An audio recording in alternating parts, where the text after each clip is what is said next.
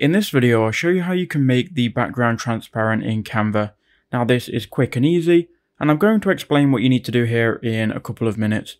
So the chances are you've probably got some text, some media, some images on a Canva canvas, and you want to make the background transparent. So here's how you would do that. So first go ahead and click on the background, then go to this background color here.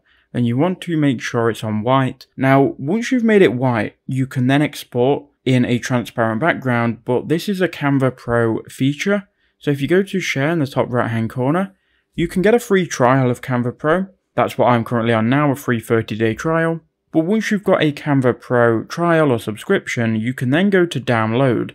And then when you go to download and you select a PNG type file, you can then click this option here for the background to be transparent. Now you can see this crown icon means it's a Pro feature, but if we click this option, then click download, it will then download this as a PNG, and if we open it, you can see now it is a transparent background, which we can just drag on top of anything. So that's a quick video explaining how to do it. I hope that did help you out.